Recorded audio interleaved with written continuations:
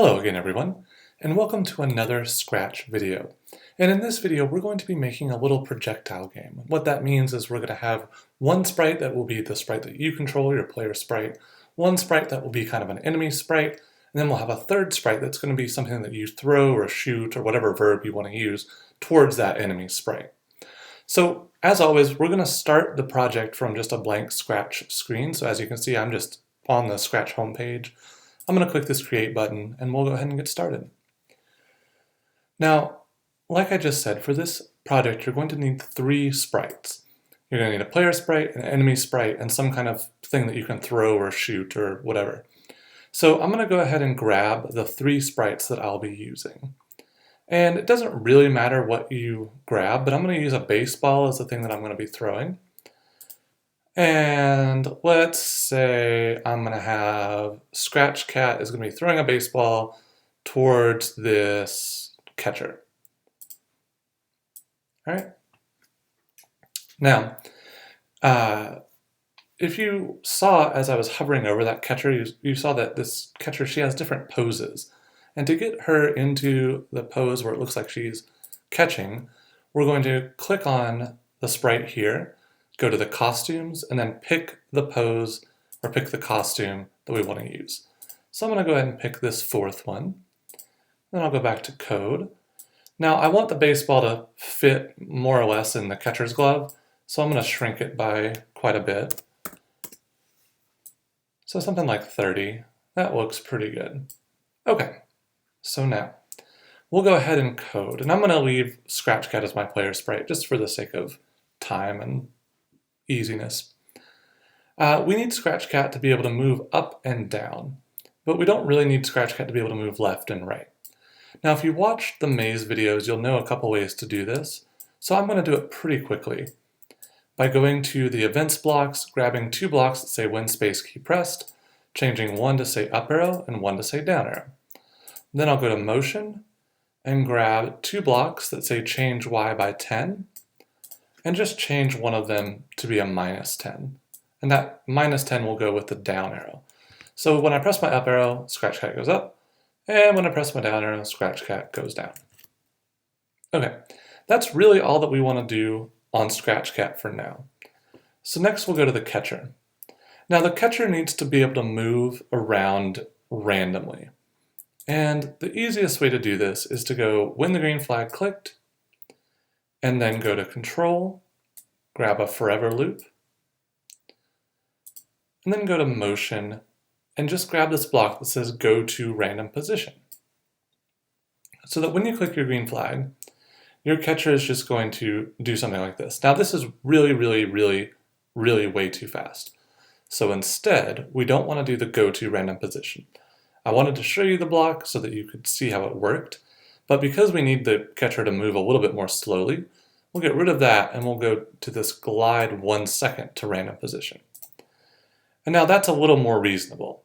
Now notice the catcher does sometimes come and touch Scratch Cat, and for now that's okay. I might do a video later on about how to make it avoid that so it only comes up to sort of an imaginary line like right here, but for the purposes of this basic project, that's fine. Okay.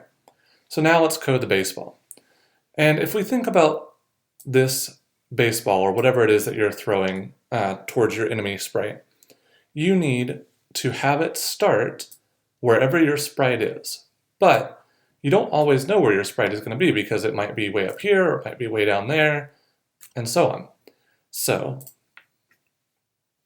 one way to do this is to grab a block that says when space key pressed, and we're going to leave it at the space for now. You can change it to whatever button you want later, but for now let's just leave it at space. And then we need to say, we need to tell our baseball or whatever it is to go to our sprite number 1, which is our cat sprite. So whatever your player sprite is called. So now when I press the space bar, the baseball, you'll see it just zooms right up there, no matter where it is, and more importantly, no matter where Scratch Cat is. When I press that space bar, the baseball goes to it. Okay? Then we're going to go to our control blocks and grab a block that says repeat until. And what this will do is whatever code we put inside will repeat until the condition in this little diamond is met. And the condition in the diamond is going to be repeat until it touches the brown of the baseball glove right here, or it touches the edge of the screen, meaning that we missed the catcher. Because otherwise it'll just keep going forever and ever, and if it misses this brown right here, it'll never stop. So I'm going to grab from the operators block an OR. So now I have two conditions. Repeat until thing 1 or thing 2. And thing 1 is going to be the touching color, the brown of the glove. And if you've done the maze, you know how to adjust the color, just like that. Okay, the other one is going to be touching edge. And when I say edge, I mean the edge of the screen. So touching edge. Now, we need to have our baseball or whatever sprite that we're using move forward. So you can either have it change X by 10, or you can just use the block that says move 10 steps. Either one.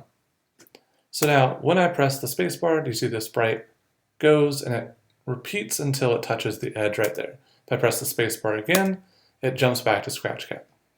But notice that it stops right here at the edge, but you can still see it. Well, that's not ideal. We don't want it to just hang out there. And especially if I do like this and actually touch the glove, we want that to disappear. Otherwise it looks a little weird. So we'll go to our looks blocks and we'll grab this block that says hide. And we're going to grab the block that says hide and put it just right under this repeat until block. So that once it touches either the edge or this brown, it will hide. Now when we do that, it hides nicely, but then I press the spacebar again and the baseball doesn't show up.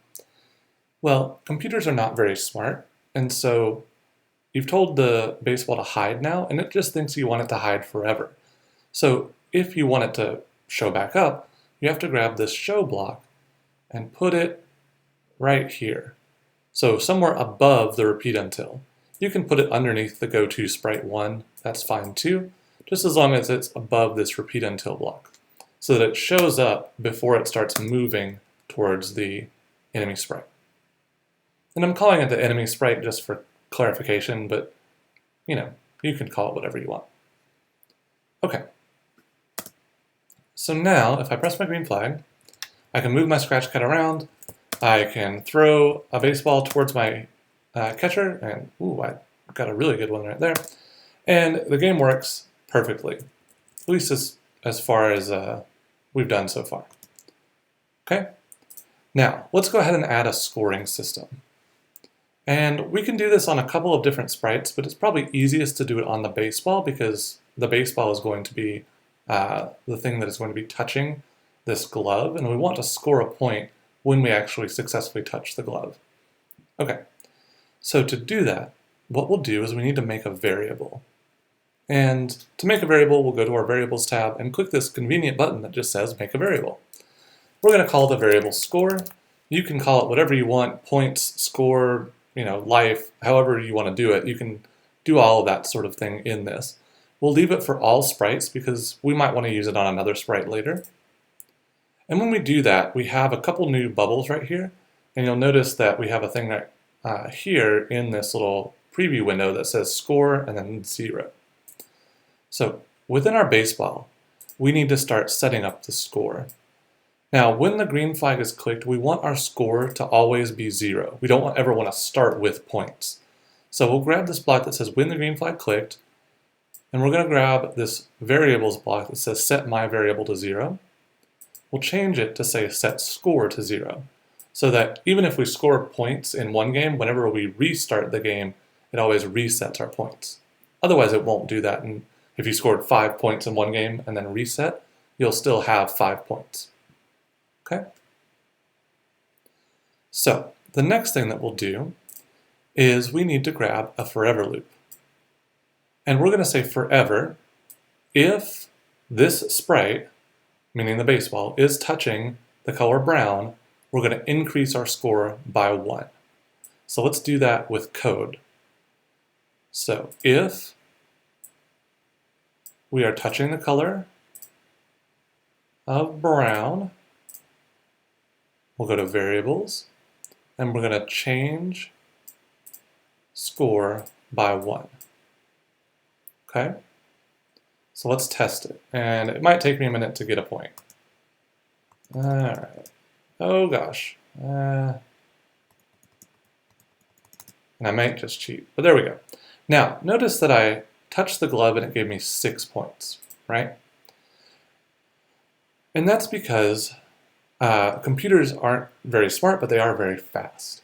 And so what happened is that it registered it was touching that brown 6 times before this hide block kicked in.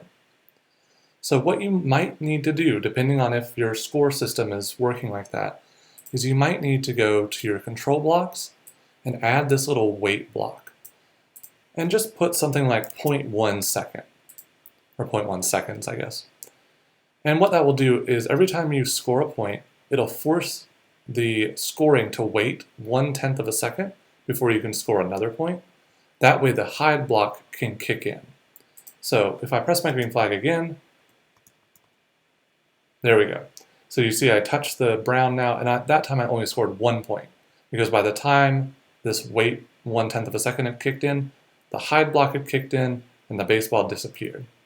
Now notice that I'm now scoring again.